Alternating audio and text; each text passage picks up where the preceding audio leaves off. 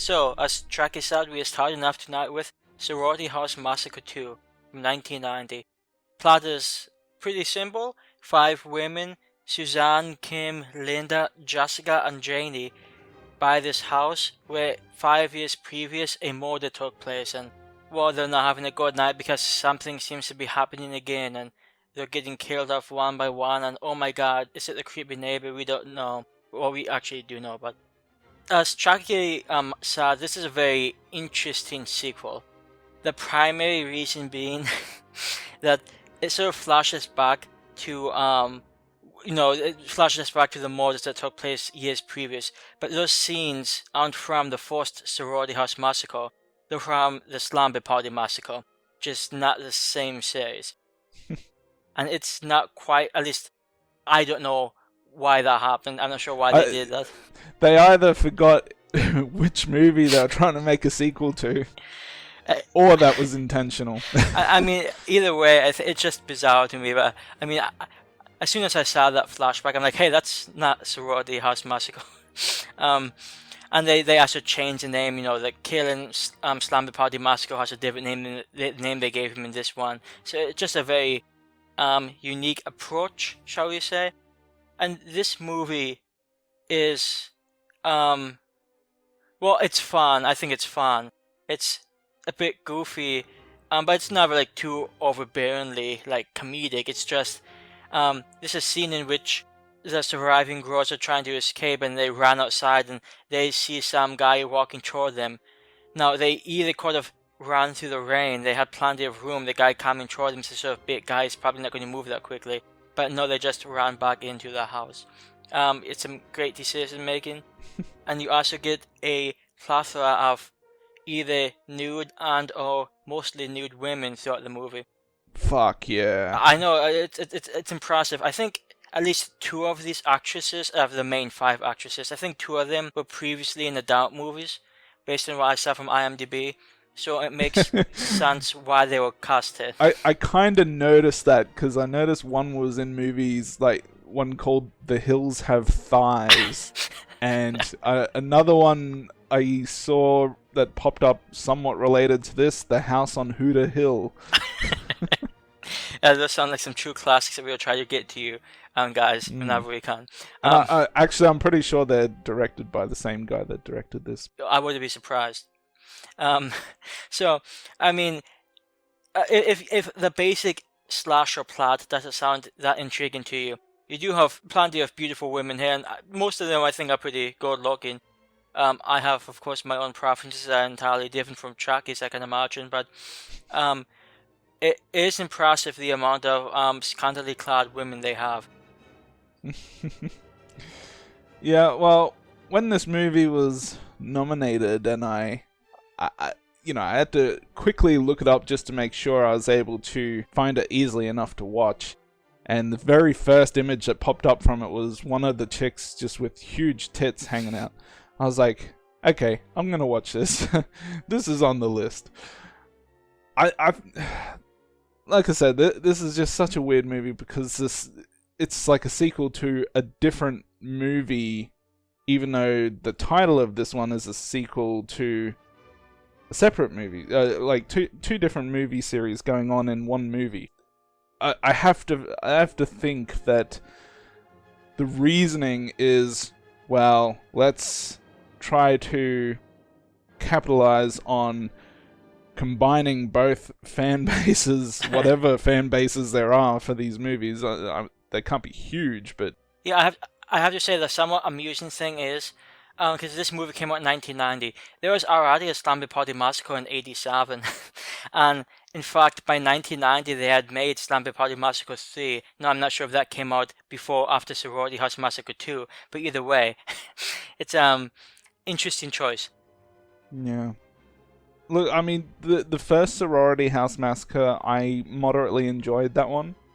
I thought it was actually a decent slasher movie, and clearly this one has nothing to do with it other than the fact that it's some sorority-themed movie. And so it does seem like, even though it's got this title, it's more of a slumber party movie. I definitely liked the tits. And let's say that's still probably the best part of the movie to me. If I'm going to rewatch it, that's the main thing I'm rewatching it for. I mean, there's like a 2-3 minute span where all 5 girls in the house find a way to get their tits out. Which... those types of moments don't come by very often in most movies, so bravo. Now, I think the rest of the movie's pretty corny. Yeah. Especially the end. Especially the end. I do like... it's such a small thing. They had a reference to Strip to Kill where they're talking about making a Strip to Kill Part 7. Yeah, that was just bizarre. I'm not sure. I think it's all to do because, you know, Roger Corman, he's got his hands involved with all of those movies. Like with Strip to Kill, with Slumber Party Massacre, with Sorority House Massacre. That's why they're kind of all connected, I guess, in some way.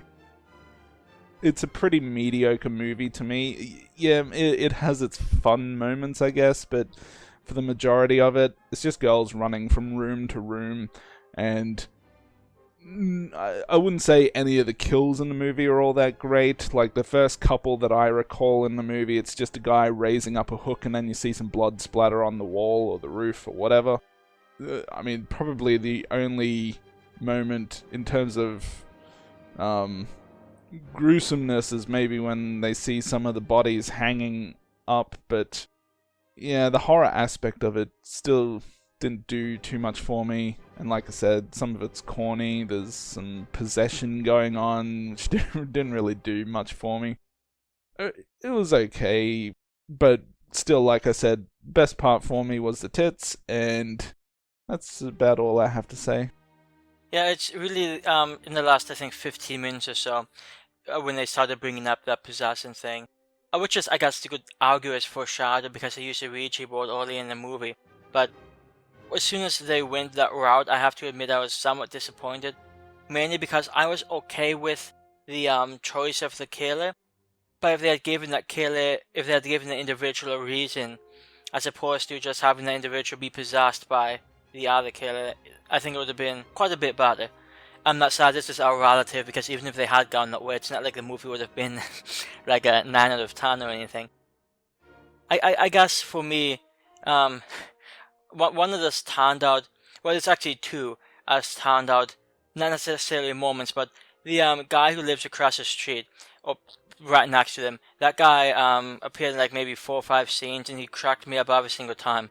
He has such a ponderous way of speaking and moving. Like he's trying to save these girls, but like he can't actually say, "Hey guys, I'm just here to help." He just walks toward them suddenly. Like it's a great guy right there. And especially toward the end, when like a few things happen to him throughout the movie, and he's still kicking by the end of it.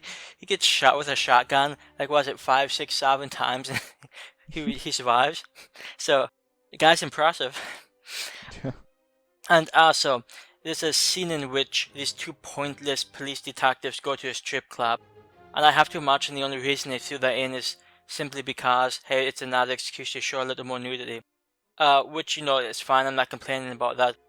But they did have the strip club audience is pretty funny. There's 2, I think, Middle Eastern men who were just saying, like, oh yeah, take it off, baby, and all this really cheesy corny stuff, and they appeared, I think, try throughout that scene, and I really appreciated them, and I would watch a movie based around them if they make one.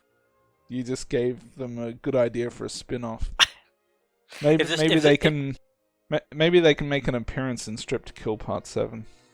That would give me a reason to watch it, because those 2, there's like such clean-cut looking guys, and it is just good times.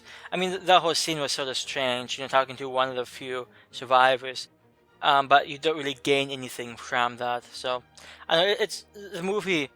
The movie's somewhat laughable. It's a somewhat bad movie, but I have to admit that I had a fun time with it.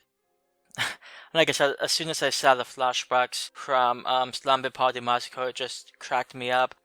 So, I would probably be inclined to give this one. And I know to many people this might sound somewhat ludicrous, but I am an interesting guy. I'm giving this one a 7 out of 10, which is pretty much my average rating. I don't think it's great, but there's so many ridiculously funny things in this movie, plus the pretty women throughout, that I can easily see myself watching this again sometime in the future. It's just too much fun not to. Yeah. Look, this one's somewhere between a 5 and a 6 out of 10 for me. And the only reason I consider a 6 is just the power of the tits. But look, I think I have to give it a 5. Yeah, outside of that one aspect of the movie, I don't think there's anything here that would make me want to watch or bring me back to this movie again. Not to say that it's not worth a one-time watch, but outside of that, I just can't see myself really wanting to see this again, except for that one obvious reason. I mean, I'm like that guy. I don't know how familiar you are with the movie Step Brothers, the Will Ferrell movie. Never seen it in my life. Okay, but there's this one character in it, towards the end, he's having this conversation with Will Ferrell, going on about how much he wants to punch him in the face just because his face is driving him nuts.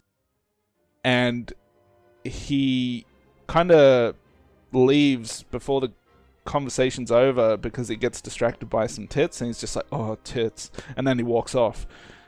That's me. So, you know, it's a pretty powerful way to get me to watch a movie again. So who knows? I might watch this again, but not necessarily because the movie itself is great. Yeah, I think it would be hard pressed to find many people who actually think this movie is like A+ material. Though it does make me wonder what the third Sorority House Massacre is like.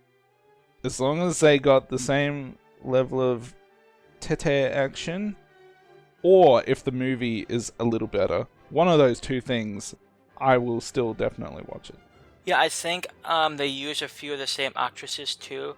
So, Woo! now they're playing different characters, I recall, but yeah, so that would make it somewhat interesting. They better, because, I mean, most of them, if not all of them, ended up dead, so... Pretty much. But then, who knows? I mean, this movie, this series doesn't seem to know what it's doing with its sequels, so I wouldn't be surprised if they had dead characters come back to life.